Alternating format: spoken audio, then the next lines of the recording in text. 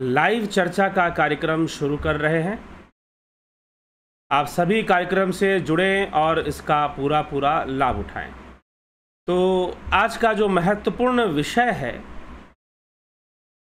वो महत्वपूर्ण विषय है कि स्त्री के लिए भाई ने भाई को छोड़ा। सद्बुद्धि से संपत्ति होती है और कुबुद्धि से विपत्ति आती है। तो सद्बुद्धि कैसे आएगी और विपत्ति से मुक्ति कैसे मिलेगी, इसको भी हम समझने का प्रयास करेंगे। क्योंकि अगर दुर्बुद्धि नहीं होगी, कुबुद्धि नहीं होगी, तो विपत्ति क्यों आएगी। हमेशा यदि सद्बुद्धि ही बनी रहे, यदि हमेशा सद्बुद्धि ही बनी रहे तो विपत्ति के आने का कोई मतलब नहीं है। फिर विपत्ति क्यों आएगी। तो इन सभी विषयों को आज हम चर्चा में लेने वाले हैं कि किसने किसको छोड़ा। घर का भेदी लंका ढाहे। हाँ, तो विभीषण ने रावण को छोड़ा या रावण ने विभीषण को छोड़ा। लेकिन बात तो प्रचलित है कि घर का भेदी लंका ढाहे। विभीषण अपने बात ऐसे बना दी गई।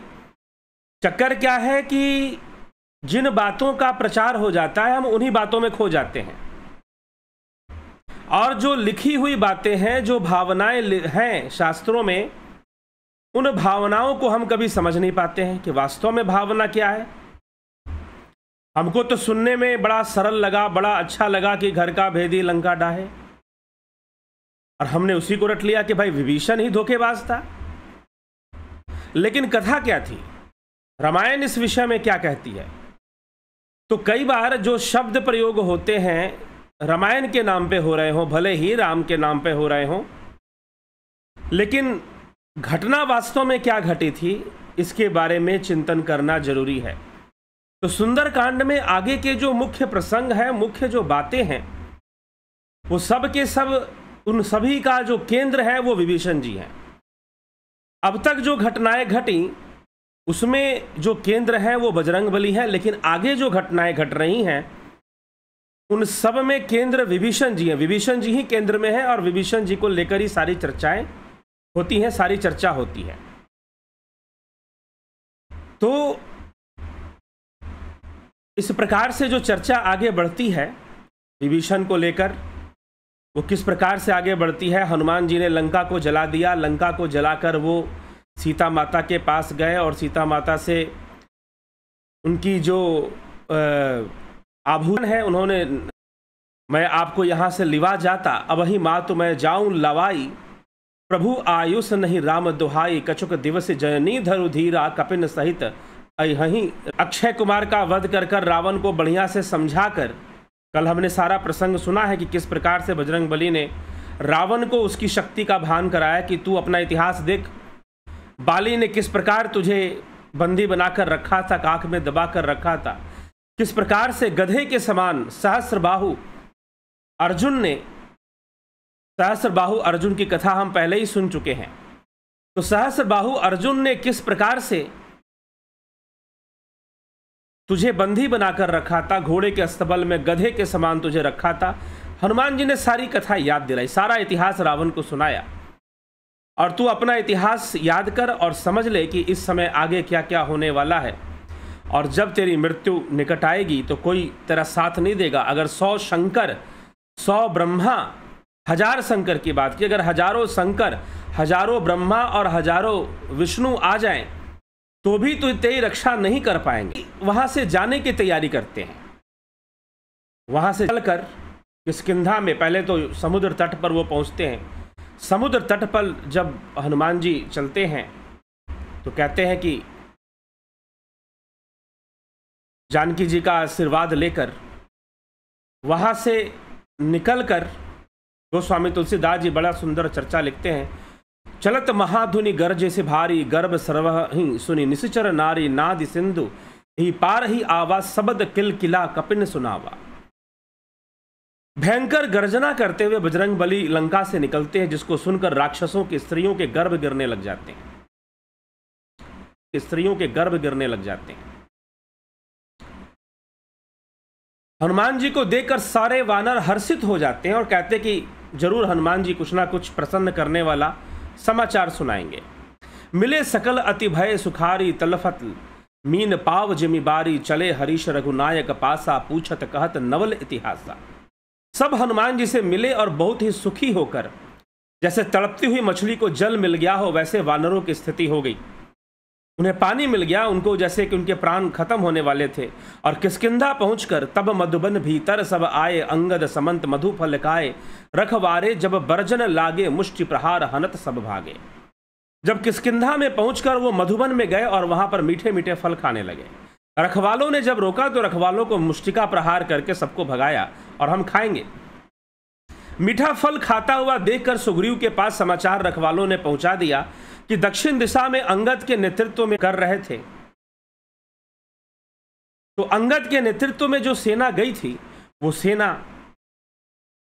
विजयी होकर वापस लौटती है और सेना जो है सीता माता का पूरा पता लगा चुकी है। इसीलिए वो प्रसन्नता से खुशी मनाते हैं, मधुबन के सारे मीठे फल खाते हैं और मधुबन के सारे मीठे फल खाते हुए ये संकेत दे देते हैं कि निश्चय ही उनको सफलता मिली है।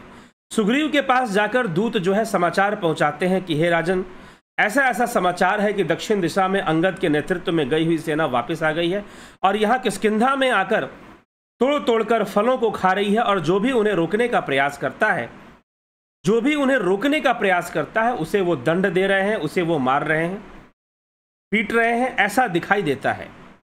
तो अब हमें क्या करना चाहिए? सुग्रीव समझ जाते हैं कि अगर उन्होंने फल तोड़कर खाने का साहस किया है इसका मतलब उन्हें अपने कार्य में सफलता मिल गई है, जिसे ही उनकी सबकी मुलाकात होती है। तो इस प्रकार से श्री रामचंद्र जी से मिलकर श्री रामचंद्र जी से मिलकर श्री रामचंद्र जी को प्रणाम करके सारे वानर रामचंद्र जी के सामने बैठ जाते हैं और कहा जाता है नाथ काजु के नेहु हनुमाना राखे सकल कपिन के प्राणा। अंगद जी जाकर कहते हैं सुग्रीव से कि हे नाथ, हे राजन, हनुमान जी ने सबकी लाज रख ली है, सबके प्राणों की रक्षा कर ली है। और वानरों को आता देखकर भगवान राम भी बड़े प्रसन्न हो जानते हैं और जामवंत जी को खड़ा कर कर कहते हैं कि जामवंत जी, आप सबसे बुजुर्ग हैं, आप ही बताइए कि क्या क्या घटनाएं घटी। और हनुमान जी की महिमा गाते हुए, बजरंग बली की महिमा का गान करते हुए, बजरंग बली की महिमा गान करते हुए जामवंत जी कहते हैं नाथ पवन सुत कीनी जो करनी सहसहु मुख न जाई सो बरनी पवन तनय के चरित सुहाए जामवंत रघुपति ही सुनाए। जामवंत रघुपति ही सुनाए। तो जामवंत जी ने हनुमान जी की महिमा सुना दी कि हनुमान जी ने कौन कौन से महान कार्य किए हैं।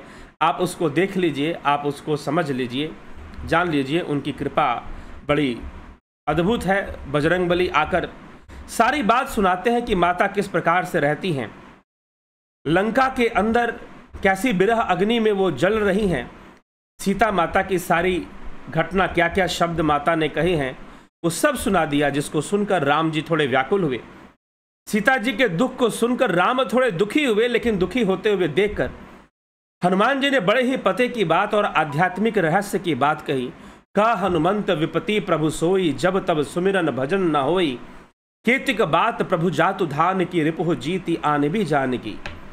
हनुमान जी ने कहा कि प्रभु, विपत्ति तो उसके जीवन में आएगी जिसके जीवन में आपका सुमिरन भजन ना हो। सीता जी तो नित्य आप ही के स्मरण में रहती हैं, तो फिर भला उनके जीवन में विपत्ति कहाँ से आ सकती है? वह विपत्ति से अलग है, उनके जीवन में कोई विपत्ति नहीं है, लेकिन आपका वियोग है, इस कारण से वो थोड़ी दुखी रहती हैं। आपके वियोग को लेकर ही वो तड़पती रहती हैं। और भला क्यों ना तड़पे, जो आपसे अलग हो जाए वो जीव क्यों ना तड़पे। भरत कैसे तड़पे थे, सीता भी आज तड़प रही हैं, लेकिन सत्य है कोई विपत्ति वाली बात नहीं है, वो निरंतर आपके सुमरन भजन में रहती हैं। तो हनुमान जी यही बात कहते हैं भगवान श्री रामचंद्र को, कह हनुमंत विपत्ति प्रभु सोई जब तब सुमिरन भजन ना हुई।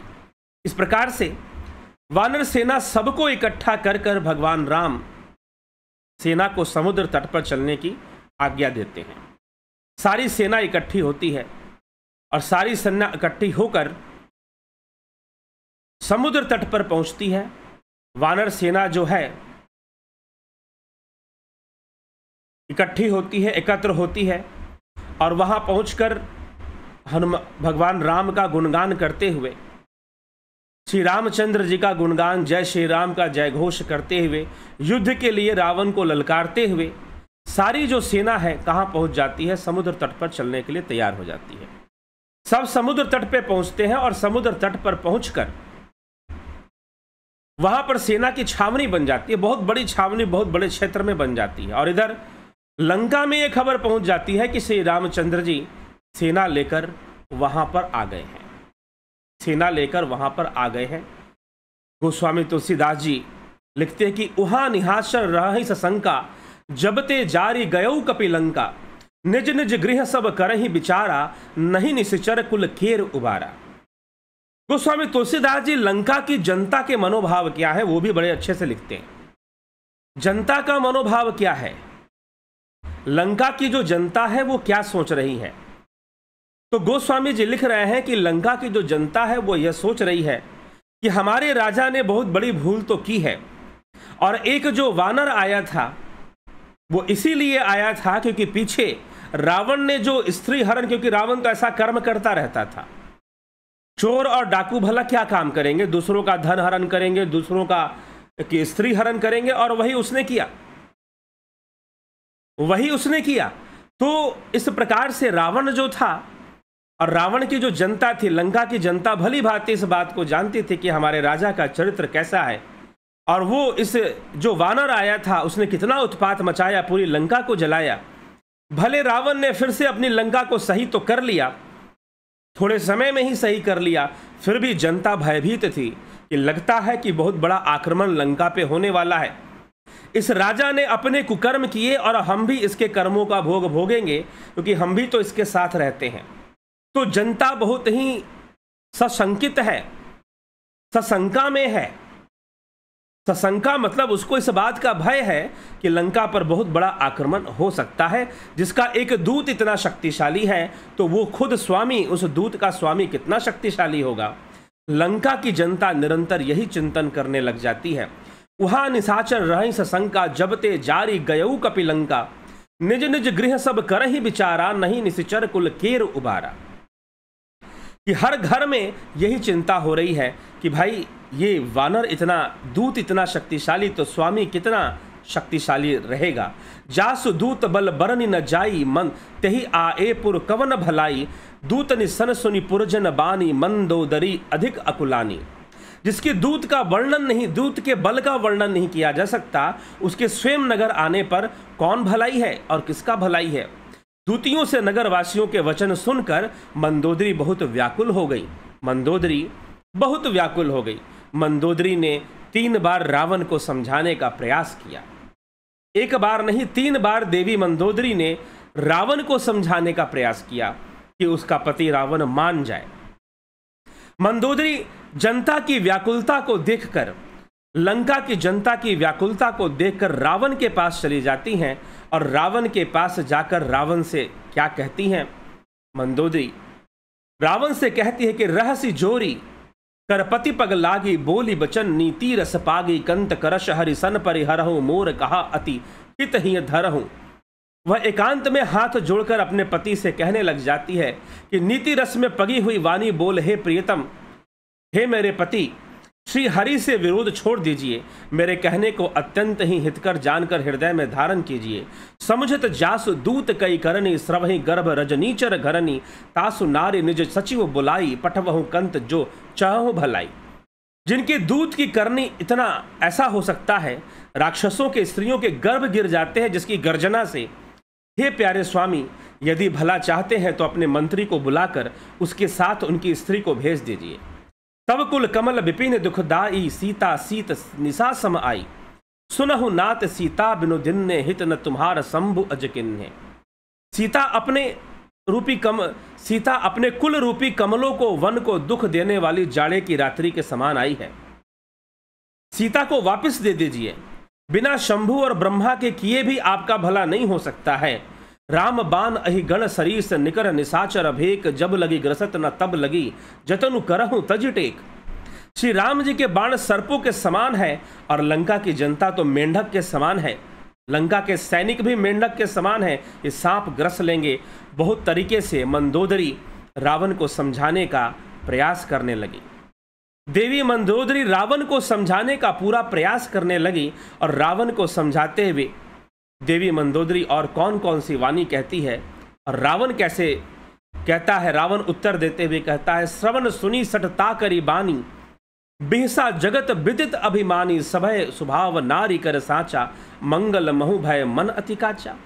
मूर्ख और जगत प्रसिद्ध अभिमानी रावण कानों से उसकी वाणी सुनकर खूब हंसा और बोला कि स्त्रियों का स्वभाव सचमुच बहुत डरपोक होता है, मंगल में भी भय करती है, तुम्हारा मन बहुत कच्चा है, इसीलिए तुम ऐसा भय मत करो। ऐसा भय रावण की रानी को शोभा नहीं देता है।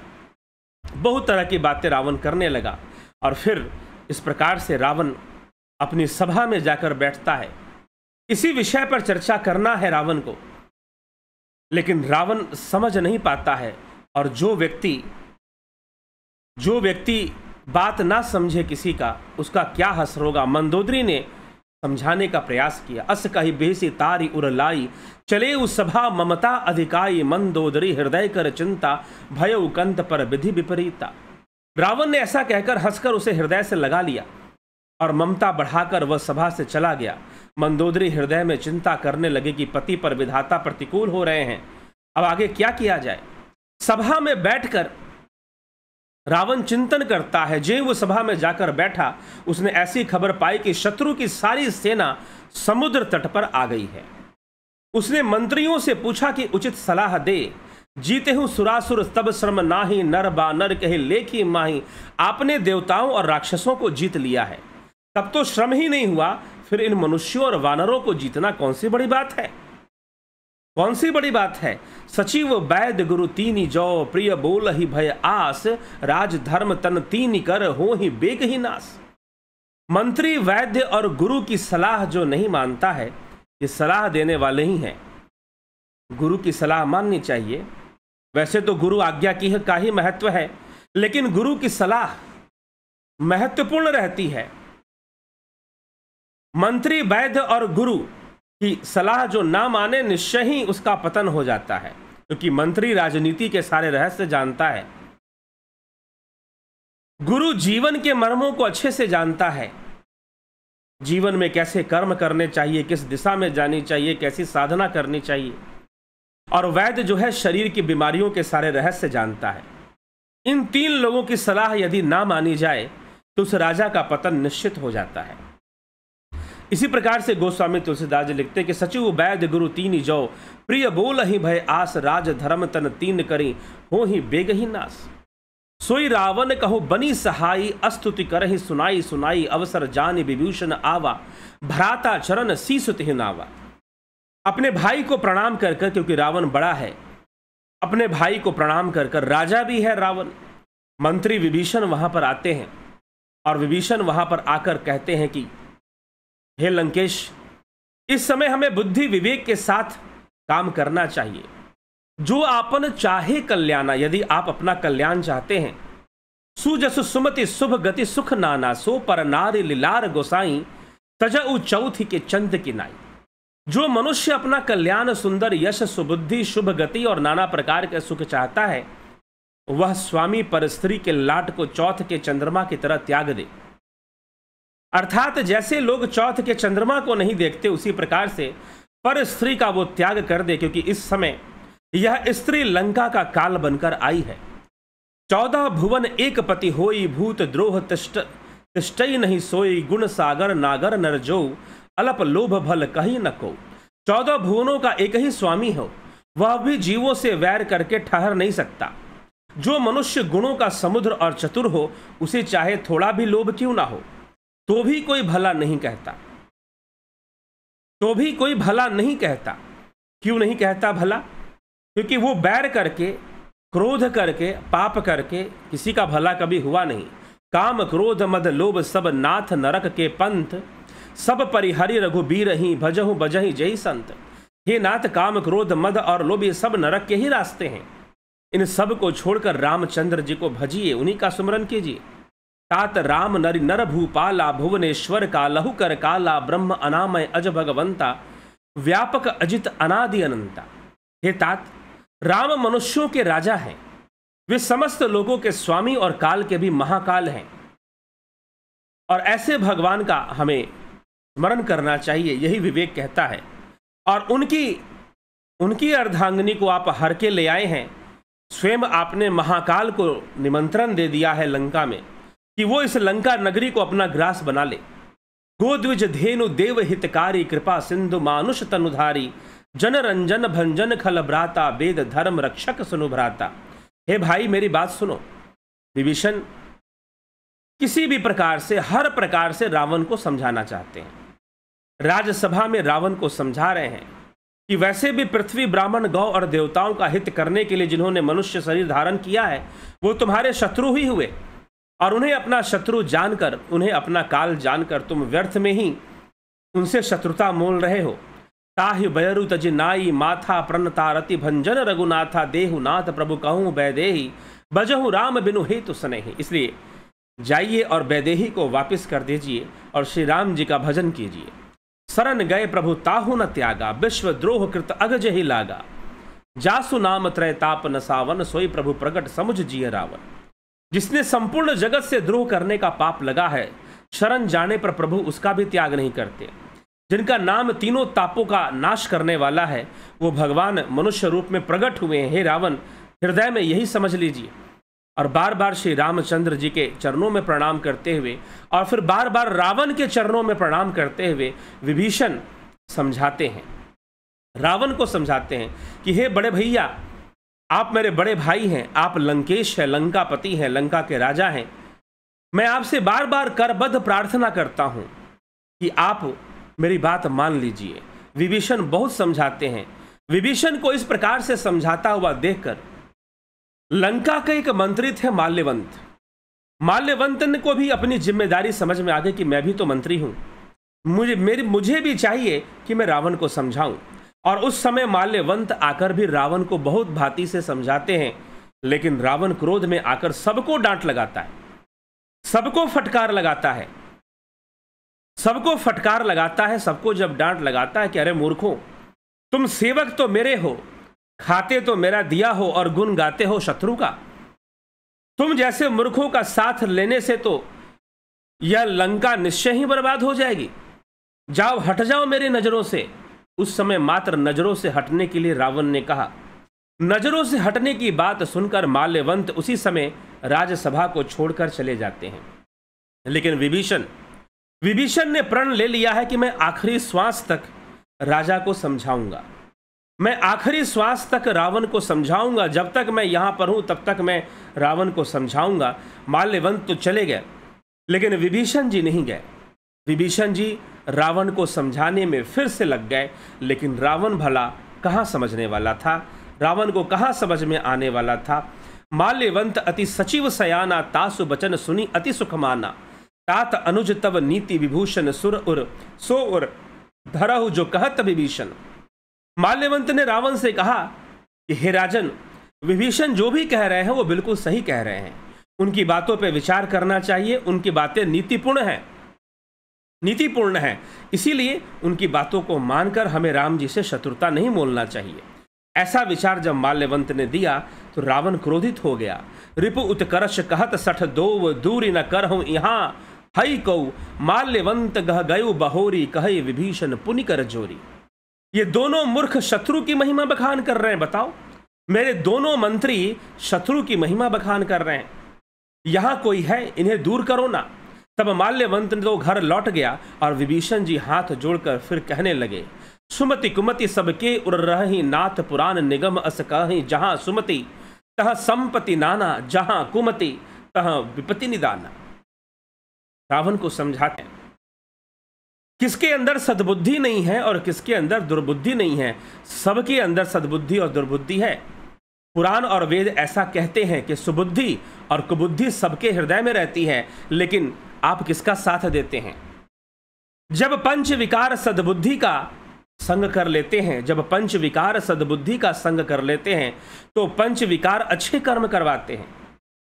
लोभ मोह काम क्रोध अहंकार यदि सद्बुद्धि का संग कर लें, लोभ मोह काम क्रोध अहंकार यदि सद्बुद्धि का संग कर लें तो अच्छा कर्म करवाते हैं, जरूरी जगह पे क्रोध करवाते हैं, भोग भी संयम से करवाते हैं, लेकिन यही यदि दुर्बुद्धि का संग कर लें तो विपत्ति को ले आते हैं। सद्बुद्धि और पंच विकारों का संबंध बनने से संपत्ति का विकास होता है। जहां पर सद्बुद्धि होगी वहां संपत्ति होगी, और जहां पर कुबुद्धि होगी वहां विपत्ति होगी। तो सद्बुद्धि और कुबुद्धि ये सबके भीतर है। रामचरितमानस की वैसे भी एक विशेषता है कि वह प्रत्येक जीव या प्रत्येक वस्तु में अच्छे और बुरे गुणों का होना मानती है। वो ये नहीं कहती कि कोई संत है, कोई गुरु जी है तो पूर्ण रूपेण अच्छे ही हैं। हाँ, बुरी चीजें सबके भीतर होती हैं, लेकिन जो साधक हैं, जो संत हैं, वो उसको दबा के रखते हैं। दबा के रखने का मतलब उसका सदुपयोग करते हैं।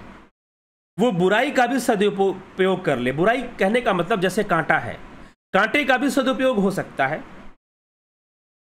जैसे मदिरा है, अल्कोहल है, उसका भी सदुपयोग हो सकता है। तो संतों के अंदर यही विशेष गुण होता है कि वह विष में से भी अमृत निकाल लेते हैं, दूध और पानी में से भी वो दूध निकाल लेते हैं, पानी छोड़ देते हैं, जैसे हंस करता है। होता सब कुछ सबके भीतर है। इसलिए यहां पर कहा जा रहा है, गोस्वामी तुलसीदास जी लिख रहे हैं और विभीषण जी रावण से कह रहे हैं कि सुमति और कुमति सबके भीतर होती है। सुमति और कुमति जो है वो सबके भीतर होती है। कोई सुमति और कुमति से परे नहीं है।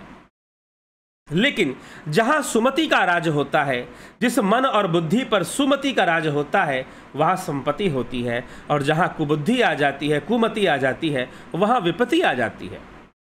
और रावण को इस समय कुमति आई हुई है। विभीषण जी ने जब ऐसा कह दिया, रावण तो क्रोध से आग बबूला हो गया।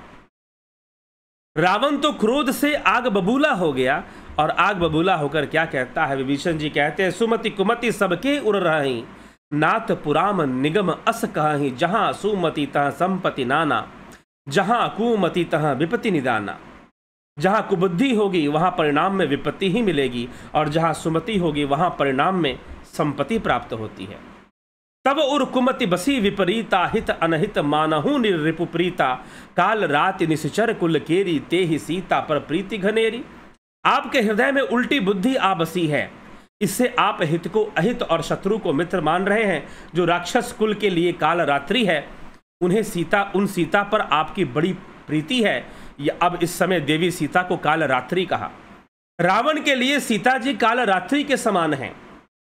काल रात्रि देवी का एक रूप है, मां भगवती का एक रूप है, दुर्गा का एक रूप काल रात्रि भी है। तो सीता जी रावण के लिए काल रात्रि के समान बन गई हैं। और विभीषण जी कहते हैं कि जिस स्त्री को आप हर के लाए हैं वो आपकी काल रात्रि है, और उस पर आप बड़ा प्रेम कर रहे हैं कि वो आपसे विवाह कर ले। और यहां पर समस्या बहुत भारी आ चुकी है। आपको शत्रु और मित्र पहचान में नहीं आ रहे हैं। जो आपको सद्बुद्धि दे रहा है उसे शत्रु समझ रहे हैं, और जो आपको बहका रहा है, गलत रास्ते पे ले जा रहा है, उसे आप मित्र समझ रहे हैं।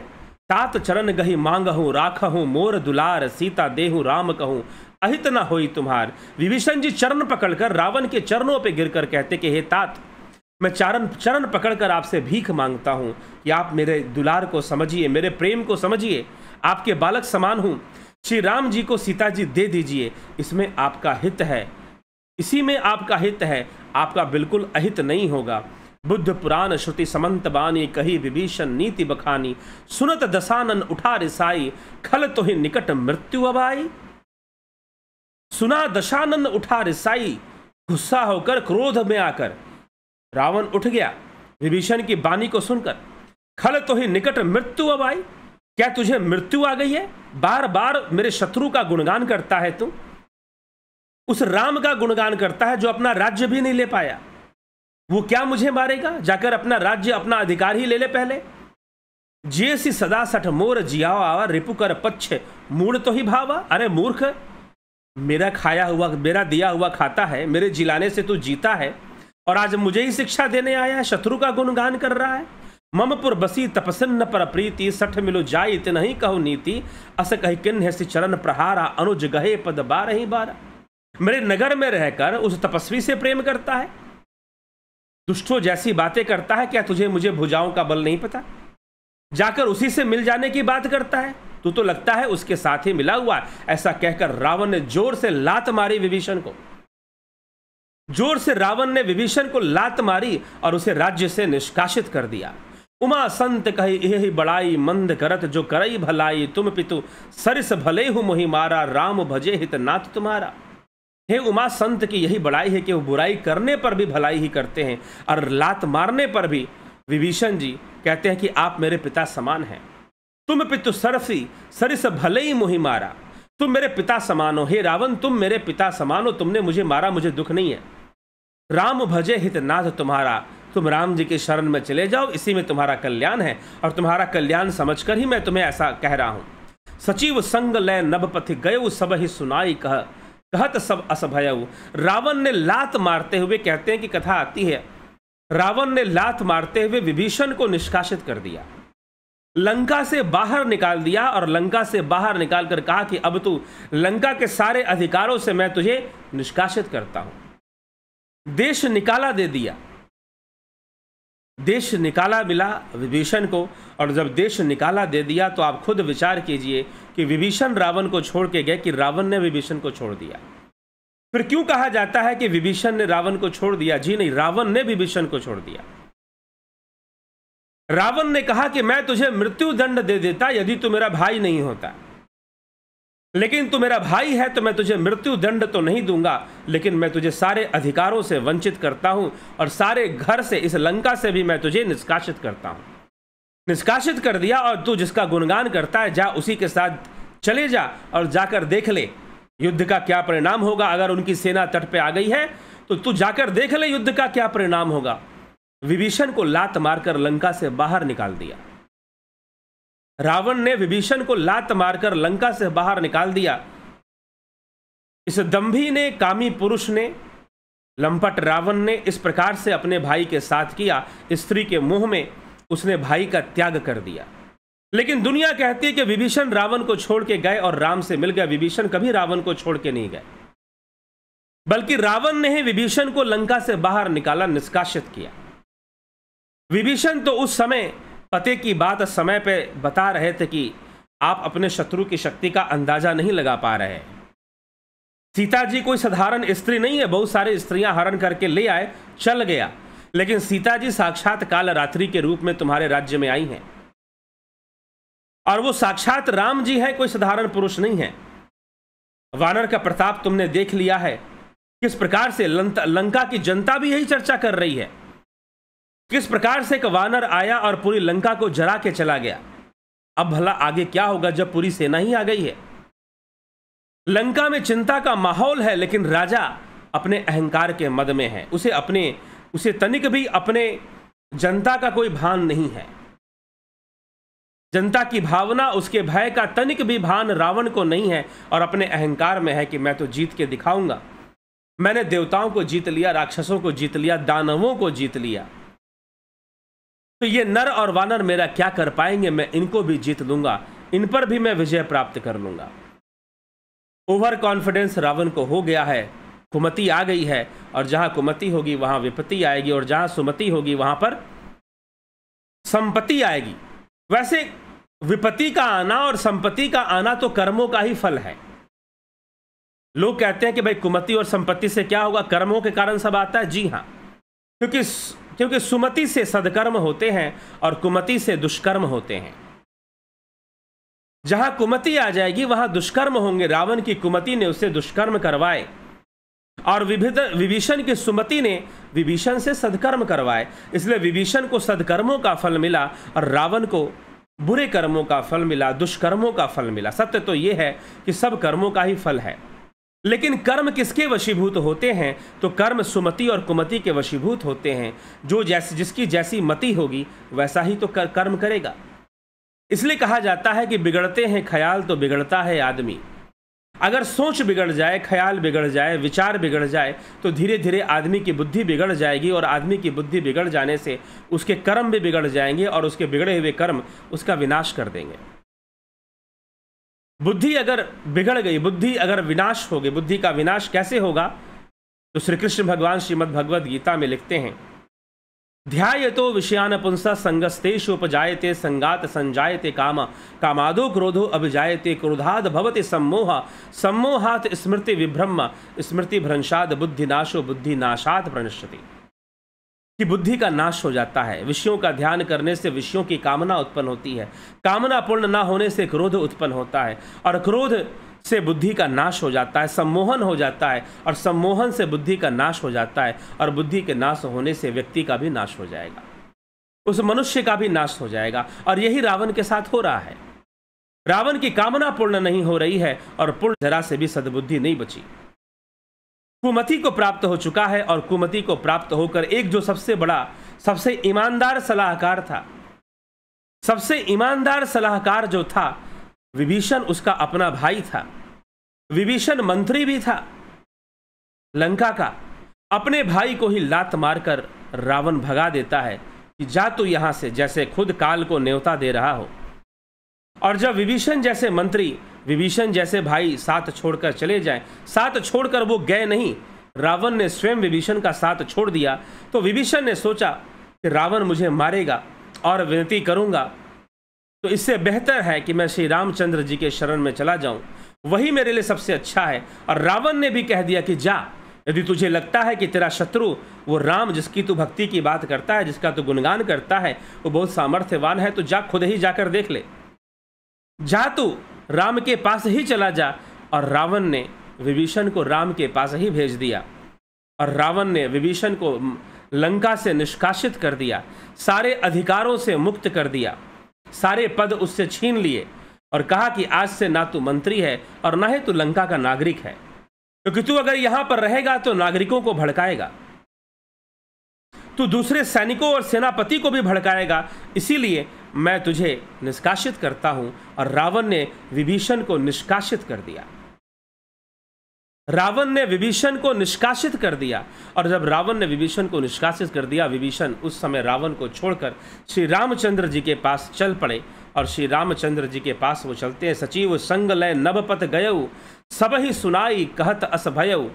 विभीषण अपने मंत्रियों को साथ लेकर आकाश मार्ग में गए और सबको सुनाकर वो ऐसा कहने लगे। आकाश मार्ग में विभीषण साधारण नहीं थे, विभीषण तपस्वी थे। जब आप कहते हो कि रावण ने कठोर तपस्या की थी, तो विभीषण ने भी कठोर तपस्या की थी। उनके पास भी सिद्धि बल था कि वो आकाश मार्ग से गमन कर सके। सचिव संग लय नभपथ गयऊ, सब ही सुनाए। नभपथ अर्थात आकाश मार्ग। तो गोस्वामी जी लिख रहे हैं कि विभीषण आकाश मार्ग से गए। सचिव संग लगन नभपथ गयो राम, सत्य संकल्प प्रभु सभा काल बस तोरी। मैं रघुवीर शरण अब जाऊं देहु जनिक होरी। विभीषण ने सभी मंत्रियों के सामने उद्घोष कर दिया, क्योंकि वो जानते थे मुझे दोबारा समझाने का मौका नहीं मिलेगा। यदि मैं दोबारा लंका की जनता या लंका के मंत्रियों और सेनापतियों को समझाऊंगा तो रावण मेरी हत्या करवा देगा, रावण मुझे मृत्यु दंड ही देगा। इससे बेहतर है मैं श्री राम जी के चरणों में चला जाऊं। अगर वो मुझे शत्रु का भाई समझकर मुझे बंदी बना ले या मुझे मृत्यु दंड दे तो भी मेरा अहित नहीं है, क्योंकि विभीषण नहीं जानते कि राम जी, क्योंकि आप जब पढ़ते हो या आप जब सुनते हो तो आपको ऐसा लगता है कि जैसे विभीषण और राम एक दूसरे से परिचित होंगे। समस्या यहां पर है, इसीलिए आपको वो वाली बात समझ में आती है, घर का भेदी लंका ढाए। लेकिन यहां पर सत्य यह है कि सांसारिक रूप से, व्यवहारिक रूप से राम और विभीषण एक दूसरे को नहीं जानते हैं, क्योंकि हनुमान जी ने विभीषण की कोई सूचना नहीं दी। सीता जी की बातें करने में ही हनुमान जी की सारी बात निकल गई। तो हनुमान जी ने विभीषण की कहानी नहीं सुनाई राम जी को, ये ध्यान रखिएगा। और श्री रामचंद्र जी नहीं जानते कि विभीषण रावण का भाई कैसा व्यक्ति है, और विभीषण नहीं जानते कि रामचंद्र जी कैसा व्यवहार करेंगे। उनकी एक ही पहचान है कि हनुमान जी से परिचय उनका है, लेकिन हनुमान जी के साथ समस्या है कि वो भूल भी जाते हैं, और खासकर अपने ही अच्छे कार्यों को भूल जाते, अपनी ही शक्तियों को भूल जाते हैं। तो विभीषण को वहां कोई नहीं जानता, इसलिए विभीषण मन ही मन सोचते हैं कि यदि श्री रामचंद्र जी मुझे अपना शत्रु समझकर या शत्रु का भाई समझकर बंदी बना लेंगे या मुझे मृत्यु दंड भी देंगे, तो रावण के हाथों मरने से बेहतर है मैं श्री रामचंद्र जी के हाथों ही मर लूंगा, और रावण मुझे यहां रहने देगा नहीं। यदि मैं यहां रहूंगा तो निश्चय ही ये मुझे मरवा देगा, मेरी हत्या करवा देगा, क्योंकि महत्वाकांक्षी व्यक्ति स्वार्थी और अभिमानी ना भाई देखता है ना मित्र देखता है। वो अपनी महत्वाकांक्षा और स्वार्थ में सब कुछ करता है, हर नियम का उल्लंघन कर सकता है, हर मर्यादा लांघ सकता है। जो पर स्त्री के लिए इतना कुछ कर सकता है वो अपने भाई को भी मरवा सकता है। और वैसे भी अपने सौतेले भाई कुबेर से ही लंका छीनकर वो लाया था। यह भी घटना थी। अपने पुत्र वधू का भी बलात् उसने शीलहरण कर दिया था। तो रावण क्या क्या कर सकता है विभीषण जी को अच्छे से पता था। विभीषण जी भी समझ गए कि अब मैं इतना कुछ रावण को बोल चुका हूं, वो मुझे लात भी मार चुका है, तो बस वो मृत्यु दंड थोड़ा सा ये सोचकर नहीं दे रहा कि भाई है, लेकिन मुझे निष्कासित कर दिया है तो मृत्यु दंड जैसा ही है। मुझसे सारे रिश्ते रावण ने खत्म कर लिए हैं। और रावण ने विभीषण को निष्कासित कर दिया, मंत्री पद से भी हटा दिया और कह दिया कि जा, चले जा, जिसका तू गुणगान कर रहा है वहीं चले जा। तो विभीषण जी भी वहां चल पड़ते हैं, लेकिन जाते जाते आखिरी बार समझाने की कोशिश कर देते हैं। नभपथ पर चले जाते हैं और वहां जाकर कहते कि श्री राम जी सत्य संकल्प एवं प्रभु हैं, और हे रावण तुम्हारी सभा काल के वश में है, अतः मैं अब श्री रघुवीर जी की शरण में ही जाऊंगा, मुझे दोष ना देना। इस प्रकार कहकर कोई विकल्प विभीषण के पास नहीं बचता कि वो लंका की जनता की रक्षा कर सके, इस काल से लंका को बचा सके। अंत में विभीषण जी यही निर्णय लेते हैं कि मुझे रामचंद्र जी की शरण में चले जाना चाहिए, और यह विचार कर विभीषण रामचंद्र जी की शरण में चले जाते हैं। तो इस प्रकार से विभीषण जाते हैं। तो भाई ने भाई को छोड़ा, विभीषण ने रावण को छोड़ा कि रावण ने विभीषण को छोड़ा। अब आप खुद ही विचार कर लीजिए किसने किसको छोड़ा, रावण ने विभीषण को या विभीषण ने रावण को। विभीषण ने अगर विभीषण समझाने का कोई प्रयास नहीं करते, यदि विभीषण धोखेबाज होते, यदि विभीषण षड्यंत्रकारी होते, तो रावण को बिना बताए ही जाकर मिल जाते। किससे मिल जाते? राम जी से मिल जाते। सारी खबर रावण की सेना और रावण की शक्तियों की सारी खबर राम जी तक पहुंचा देते। राम जी से जाकर डीलिंग कर लेते कि भाई आप मुझे लंका का राजा बना दो और रावण को हरा दो, जैसे कि कई राजा कर लिया करते थे। इसी तरह से हमारा देश गुलाम बन गया। तो कई राजा कर लिया करते थे, तो राजा कर लिया करते थे, तो इसीलिए विभीषण ने ऐसा कुछ भी नहीं किया। विभीषण ने पूरा प्रयास किया, रावण समझ जाओ समझ जाओ समझ जाओ, तुम समझ रहे हो साधारण नर आया है या वानर आए हैं, ना वानर साधारण है ना नर साधारण है, यह अद्भुत सामर्थ्य और शक्ति लेकर आए हैं जिसकी सामना करने का सामर्थ्य तुम्हारे अंदर नहीं है। तुम्हारा काल नजदीक आ गया है, और ये जो स्त्री तुम हरण करके लाए हो, ये स्वयं काल रात्रि के रूप में आ गई है, तुम्हें अपना ग्रास बनाकर ही रहेगी। इस प्रकार से रावण को बहुत समझाने का प्रयास किया, कई नीतियों से समझाने का प्रयास किया, और ऐसा कहकर विभीषण जी वहां से चले गए। पुलस्त ऋषि ने अपने शिष्य को भेजा कि जाओ रावण को समझाओ, लेकिन रावण फिर भी नहीं समझा। पुलस्त ऋषि ने देखा कि जब मेरे शिष्य का ही अपमान कर रहा है तो मैं जाकर क्या करूंगा। पुलस्त ऋषि कौन थे? रावण के दादा थे, पितामह थे, रावण के पितामह थे। वृषवा नहीं आए क्योंकि जानते थे कि कोई व्यर्थ है इसको समझाना, व्यर्थ है इसको समझाना, मेरा पुत्र ही तो है तो क्या हुआ, लेकिन इसको समझाया नहीं जा सकता। इसलिए वृषवा तो आए नहीं। पुलस्त ने अपने शिष्य को भेजा कि पुलस्त कुल की कुछ लाज रख ले, सब जानते हैं क्या होने वाला है, लेकिन अपना कर्तव्य कर रहे हैं। पुलस्त ऋषि ने भी अपना कर्तव्य किया कि मेरे कुल में इसका जन्म हुआ है, कुल को तो इसने पहले ही कलंकित करके रखा हुआ है, लेकिन यदि राम की भक्ति इसने अपना ली, राम की शरण में चला गया, तो जो कलंक लगा है वो मिट जाएगा। अपने शिष्य को पुलस्त ऋषि भेजते हैं कि जाओ रावण को समझाओ, यदि कुछ बात सुनता है तो फिर मुझे बताना, मैं स्वयं आकर समझाऊंगा या उसे अपने पास बुलाकर समझाऊंगा। लेकिन शिष्य का भी अपमान कर देता है, ऋषि का भी अपमान कर देता है। अब क्या होगा? जिसने मंत्री की बात नहीं मानी, मित्र की बात नहीं मानी, गुरु की बात नहीं मानी, वैद्य की बात नहीं मानी, किसी की बात नहीं मानी, और जब किसी की बात नहीं मानी तो फिर क्या होगा? फिर तो रावण का पतन निश्चित है, रावण का काल भी निश्चित है। और विभीषण चले जाते हैं श्री राम जी के पास। श्री राम जी के पास जाकर कौन कौन सी घटनाएं घटती हैं, दोनों के बीच में कौन सी सुंदर बातें होती हैं, सुंदरकांड का बहुत ही सुंदर प्रसंग है श्री रामचंद्र जी और विभीषण का मिलाप। विभीषण और राम का मिलना बहुत ही सुंदर प्रसंग है, जिसकी चर्चा हम कल करते हैं कि किस प्रकार रामचंद्र जी विभीषण से मिलते हैं और कैसे विभीषण का सत्कार करते हैं, विभीषण का स्वागत करते हैं। तो इस प्रकार से रावण ने मात्र पर स्त्री के लिए अपने भाई को भी छोड़ दिया, कुमति को प्राप्त हो गया और संकट और विपत्ति को उसने अपना लिया। बहुत बड़े काल अब रावण के ऊपर मंडरा रहा है, बहुत बड़ा काल रावण और लंका पे मंडरा रहा है। सेना समुद्र तट के पर आ चुकी है। भगवान राम ने समुद्र नहीं लांघा है, लेकिन अब समुद्र पर पुल बांधने की प्रक्रिया शुरू होगी और सुंदरकांड में राम सेतु कैसे बनता है यहां तक का प्रसंग आता है। तो चलिए आगे अभी कुछ और प्रसंग है जिसको हम सुनेंगे, श्रवण करेंगे और राम सेतु के बारे में सुनेंगे कि राम सेतु किस प्रकार से बनता है और कैसे निर्माण हो पाता है, कैसे विभीषण जी मिलते हैं और श्री रामचंद्र जी कैसे लंका का राज्य विभीषण को देते हैं। कब देते हैं जी? आप कहोगे अभी तो सुंदरकांड है। जी हाँ, सुंदरकांड में ही लंका का राज्य विभीषण को मिल जाता है।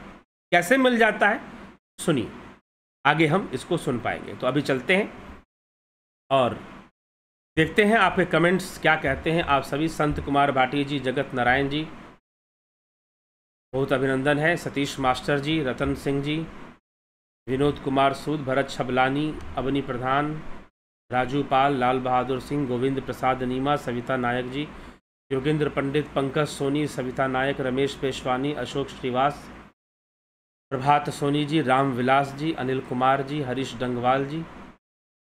प्रभात सोनी जी कह रहे हैं कि गुरुजी प्रणाम। दिगंबर अवतार जैन धर्म वो कृष्णा का ही अवतार है, भागवत महापुराण में उल्लेख मिलता है, लेकिन जैन लोग ये मानते हैं तो रामकृष्ण को नहीं मानते, ऐसा क्यों? क्यों नहीं मानते हैं वो एक अलग विषय है। रही बात जैन मत जो है तीर्थंकरों से कैसे आगे बढ़ा,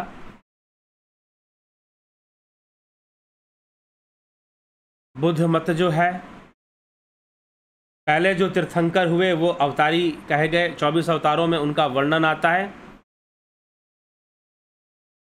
उसी से आगे बढ़ा, लेकिन एक अलग विचारधारा लेके आगे बढ़ा। बस इतनी सी बात है।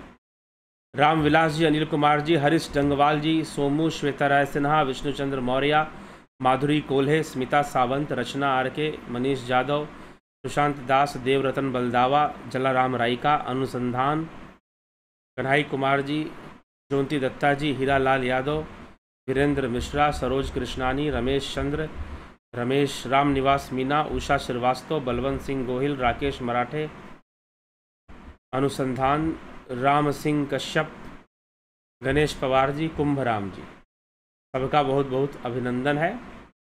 अधिक से अधिक कमेंट करें। चलिए इसी के साथ आप सभी से विदा लेते हैं। कल फिर मिलते हैं लाइव चर्चा में। ध्यान योग का कोर्स 14 अप्रैल से चलेगा। आप जरूर ध्यान योग के कोर्स का पूरा लाभ उठाइए और राम कथा के जो प्रसंग चल रहे हैं, रामचरितमानस की चौपाइयों के साथ चल रहे हैं, तो इसके साथ हम आगे बढ़ेंगे और कल का प्रसंग भी हम श्रवण करेंगे। तो कल भी 9 बजे लाइव चर्चा में आना ना भूलें। आगे बढ़ते हुए प्रसंगों को हम सुनेंगे और उससे पूरा लाभ उठाएंगे। तो इसी के साथ विचारों को यहाँ विराम देते हैं और आप सभी से विदा लेते हैं। कल फिर समय से 9 बजे यहाँ उपस्थित होकर आप जरूर लाभ उठाइए। बहुत बहुत आभार आप सभी का। ध्यान योग कोर्स जो ज्वाइन करना चाहते हैं वो 9661802459 इस नंबर पर व्हाट्सएप मैसेज कर टेलीग्राम मैसेज करके वो इस कोर्स के बारे में जानने का प्रयास करें और जानकर इसका पूरा लाभ उठाएं। बहुत बहुत आभार आप सभी का।